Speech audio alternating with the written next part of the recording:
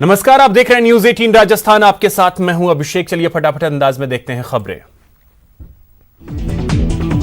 सियासी संकट के बीच सीएम गहलोत जैसलमेर पहुंचे, जहां वो विधायकों से मौजूदा सियासी हालात पर चर्चा करेंगे। सीएम ने बीजेपी पर कड़ा प्रहार किया। उन्होंने कहा कि बीजेपी की बाड़ेबंदी से उसकी नीयत की पोल खुल गई। सीएम ने जैसलमेर में 41 निर्माण कार्यों का शिलान्यास और लोकार्पण किया। उन्होंने बॉर्डर होमगार्ड परिसर में पौधारोपण कार्यक्रम में भी शिरकत की। जैसलमेर में आज शाम को कांग्रेस विधायक दल की बैठक होगी। पीसीसी चीफ गोविंद सिंह डोटासरा ने यह जानकारी दी। उन्होंने कहा कि गहलोत सरकार के पास पूरा बहुमत है और बीजेपी की साजिश नाकाम होगी। प्रदेश में जारी सियासी संकट को लेकर सीएम गहलोत ने विधायकों के नाम पत्र लिखा है। उन्होंने लिखा है कि विश्वास है कि आप सच्चाई के साथ खड़े होंगे। सीएम ने यह भी लिखा है कि आपको जनता की आवाज सुननी चाहिए। इस बीच बीजेपी ने 11 अगस्त को विधायक दल की बैठक बुलाई है। जयपुर के होटल क्राउन में यह बैठक होगी। बीजेपी विधायक दल की बैठक में आरएलपी विधायकों को भी आमंत्रित किया गया है। इससे पहले नेता प्रतिपक्ष गुलाब चंद कटारिया से उनके आवास पर सतीश पूनिया और राजेंद्र राठौर ने मुलाकात की और विधायकों की बाड़ेबंदी के साथ साथ विधानसभा सत्र को लेकर चर्चा की। विधायक कृष्णा पूनिया ने मोहनगढ़ पहुंचकर 20 खिलाड़ियों को आवंटित की गई जमीन देखी और कहा कि मुख्यमंत्री गहलोत सभी वर्गों का ध्यान रखने वाले नेता हैं। बाड़ेबंदी के बीच आरोप प्रत्यारोप का दौर शुरू हो गया है। अब बीजेपी विधायक रामलाल शर्मा ने गहलोत सरकार पर संवैधानिक संस्थाओं की अनदेखी करने का आरोप लगाया। अजमेर के क्रिश्चियनगंज थाना पुलिस ने 5 सटोरियों को गिरफ्तार कर उनके कब्जे से 15,000 की नकदी जब्त की है। सटोरिये थाना क्षेत्र के एक मकान में सट्टा खेल रहे थे। अलवर के बानसूर में एक युवक का शव पेड़ से लटका हुआ मिला है, जिससे इलाके में सनसनी फैल गई। पुलिस ने केस दर्ज कर जांच शुरू कर दी है। चित्तौड़गढ़ के पारसोली में एक पति को उसकी पत्नी और ससुराल वालों ने पीट कर अधमरा कर दिया, जिसे उपचार के लिए अस्पताल में भर्ती करवाया गया। नागौर के खींवसर एसएचओ पर पूर्व सरपंच से 4.5 लाख रुपए की रिश्वत लेने का आरोप लगा है। सीआईडी विजिलेंस ने जांच शुरू कर दी है। पाली जिले के सदर थाना क्षेत्र में पारिवारिक रंजिश के चलते एक युवक की हत्या कर दी गई। पुलिस ने आरोपियों की तलाश शुरू कर दी है। जोधपुर में देजू थाना इलाके में एक ही परिवार के 11 लोगों की मौत के बाद हड़कंप मच गया। घटना लोड़ता इलाके की है। मृतक पाकिस्तानी शरणार्थी हैं। फिलहाल मौत के कारणों का पता नहीं चल पाया है। पहली नजर में जहरीली गैस या फिर जहर खुरानी से मौत की आशंका जताई जा रही है। फिलहाल पुलिस मामले की जांच कर रही है। अलवर शहर के एनएबी थाना क्षेत्र में अज्ञात युवक का शव मिला है। पुलिस ने मृतक के परिजनों की तलाश शुरू कर दी है। अलवर पुलिस ने कुख्यात हिस्ट्री शीटर कमल सिंह राजपूत को अवैध हथियार के साथ गिरफ्तार कर लिया है। आरोपी देर रात किसी वारदात को अंजाम देने की फिराक में था। भरतपुर पुलिस ने 22 कार्टन अवैध देसी शराब को जब्त करने का दावा किया है और इस सिलसिले में एक शख्स को गिरफ्तार किया गया। जैसलमेर में अज्ञात वाहन ने बाइक को टक्कर मार दी। इस हादसे में बाइक सवार युवक और बुजुर्ग महिला गंभीर रूप से घायल हो गए। श्रीगंगानगर में आज प्रदेश सरकार के निर्देश पर अगस्त क्रांति सप्ताह की शुरुआत की गई है। जिला मुख्यालय के गांधी पार्क में प्रशासनिक अधिकारियों और आमजन ने पौधे लगाकर अगस्त क्रांति सप्ताह की शुरुआत की। चित्तौड़गढ़ शहर के पुलिस अधीक्षक दीपक भार्गव ने महिला थाने में हिंदुस्तान जिंक के सहयोग से नवनिर्मित स्वागत कक्ष का उद्घाटन किया। आदिवासी दिवस पर डूंगरपुर जिले में कई कार्यक्रम का आयोजन किया गया। इसी के तहत शहर के आदिवासी छात्रावास में रक्तदान शिविर का आयोजन हुआ। आज विश्व आदिवासी दिवस है। राजस्थान में पहली बार आदिवासी दिवस पर सार्वजनिक अवकाश घोषित किया गया। बारा के सिसवाली में खरपतवार की दवा छिड़काव के बाद 15 बीघा की सोयाबीन की फसल खराब हो गई। बाड़मेर के मेगा हाईवे पर पुलिस ने बड़ी मात्रा में अवैध केमिकल जब्त किया है। हालांकि धंधेबाज मौके से फरार हो गए। दौसा में करंट की चपेट में आकर करंट लगने की वजह से डंपर चालक की मौत हो गई थी, जिसके बाद हुए हंगामे के मामले में पुलिस ने किसान नेता हिम्मत सिंह गुर्जर सहित 80 लोगों के खिलाफ केस दर्ज किया। बारा के अंता में ऑल इंडिया रेलवे मेंस और west central railway employees union ने रैली निकालकर प्रदर्शन किया।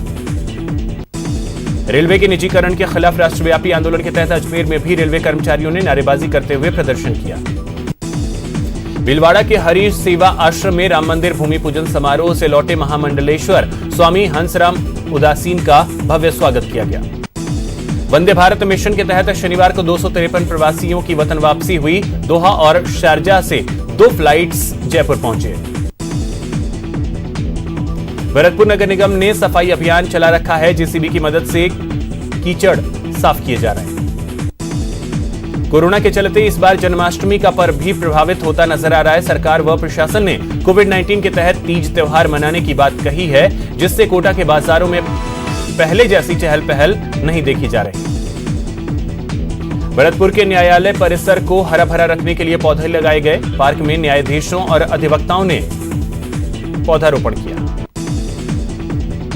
भरतपुर में एक बार फिर न्यूज 18 की खबर का असर हुआ है। बारिश की वजह से जलमग्न हुए लोहागढ़ स्टेडियम की खबर प्रसारित होने के बाद कलेक्टर नथमल डिडेल ने संज्ञान लिया और अधिकारियों के साथ लोहागढ़ स्टेडियम पहुंचकर जल भराव और खिलाड़ियों की समस्याओं को जाना। अखिल भारतीय कांग्रेस सेवा दल के राष्ट्रीय अध्यक्ष के निर्देश पर आज दौसा में कांग्रेस सेवा दल के कार्यकर्ताओं ने लोकतंत्र बचाओ तिरंगा यात्रा का आयोजन किया। विभागों के तालमेल की कमी के चलते कई बार आमजन को परेशानी का सामना करना पड़ता है। कोटा में कई जगह पर चल रहे विकास कार्यों में जलदाय विभाग और नगर विकास न्यास के बीच तालमेल की कमी देखने को मिल रही है। आंध्र प्रदेश सरकार ने मृतकों के परिजनों को 50-50 लाख रुपए मुआवजा देने का ऐलान किया है। राज्य के मुख्यमंत्री जगनमोहन रेड्डी ने जांच के आदेश दे दिए हैं। आपको बता दें कि आंध्र प्रदेश के विजयवाड़ा में एक होटल में आग लगने से 7 कोरोना मरीजों की मौत हो गई। यह हादसा आज सुबह करीब 5 बजे हुआ। आशंका जताई जा रही है कि शॉर्ट सर्किट की वजह से यह आग लगी। प्रधानमंत्री नरेंद्र मोदी ने सुबह 11 बजे वीडियो कॉन्फ्रेंसिंग के जरिए किसानों को 1 लाख करोड़ रुपए की सौगात दी। श्रीलंका के पूर्व राष्ट्रपति महिंद्रा राजपक्षे आज ऐतिहासिक बौद्ध विहार में देश के प्रधानमंत्री के रूप में चौथी बार शपथ लेंगे।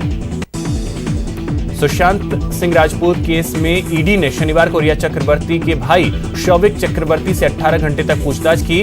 वहीं ईडी ने रिया चक्रवर्ती को दोबारा पूछताछ के लिए सोमवार को ईडी दफ्तर बुलाया है। वहीं महाराष्ट्र सरकार ने सुशांत सिंह राजपूत केस में सीबीआई की तरफ से दर्ज एफआईआर को मुंबई पुलिस को ट्रांसफर किए जाने की मांग की है।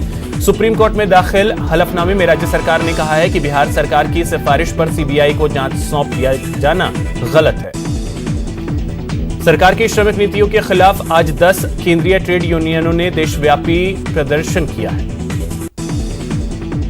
देश के गृह मंत्री अमित शाह के कोरोना नेगेटिव होने की सूचना देने वाले ट्वीट को बीजेपी सांसद मनोज तिवारी ने डिलीट कर दिया। गृह मंत्रालय की ओर से बताया गया कि अमित शाह की दोबारा जांच नहीं हुई है।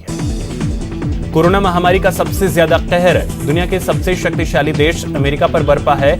यहां हर दिन 50,000 से ज्यादा मामले सामने आ रहे हैं।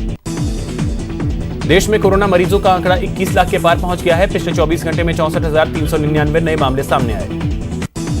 देश में कोरोना के चलते मरने वालों का आंकड़ा 43,000 के पार पहुंच गया है। पिछले 24 घंटे में 863 लोगों की मौत हुई।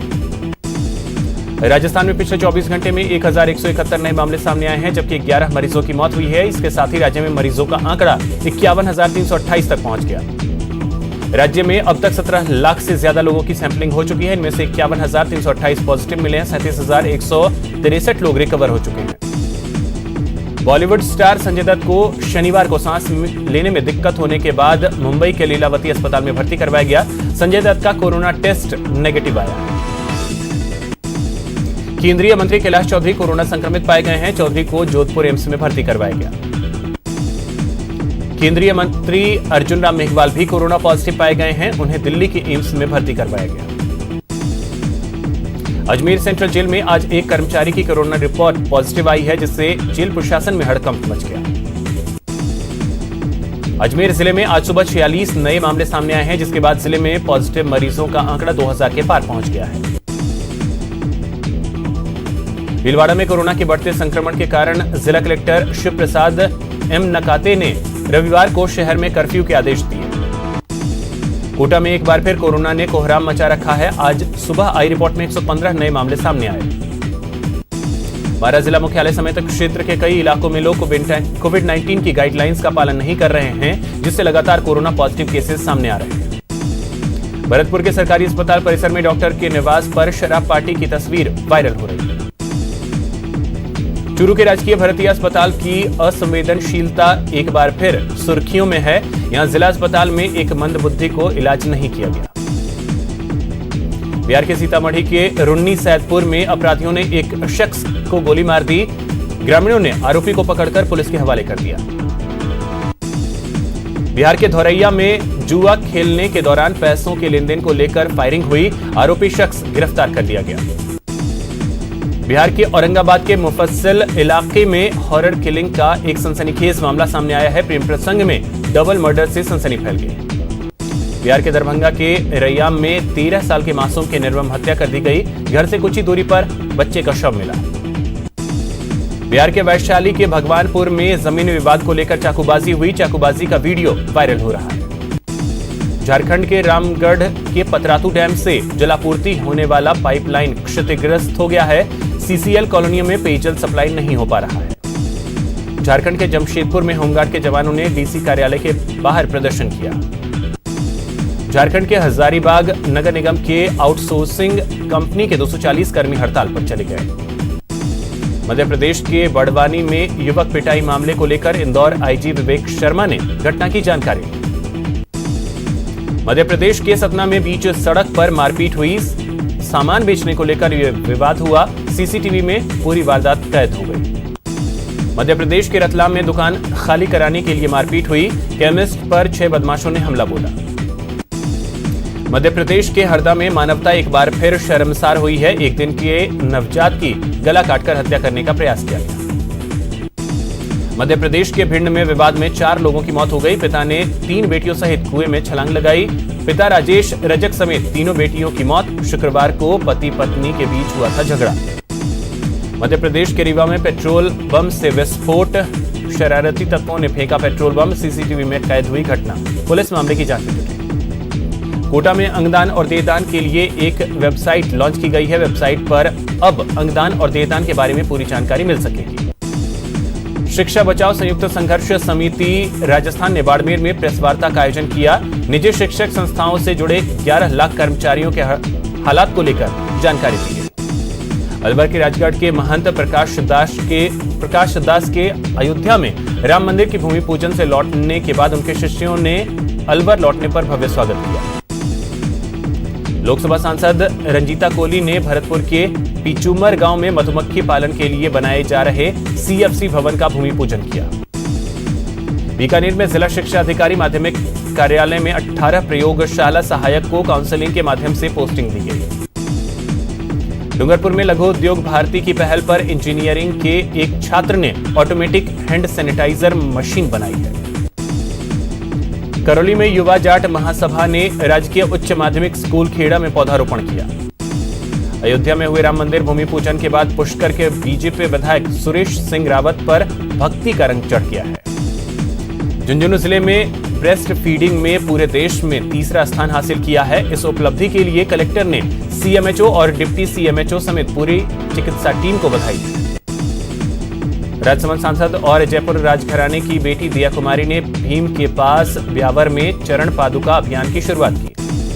कोटा में कोरोना काल में बीजेपी कार्यकर्ताओं की ओर से किए गए सामाजिक कार्यों को लेकर तैयार की गई पुस्तक का ई विमोचन किया गया।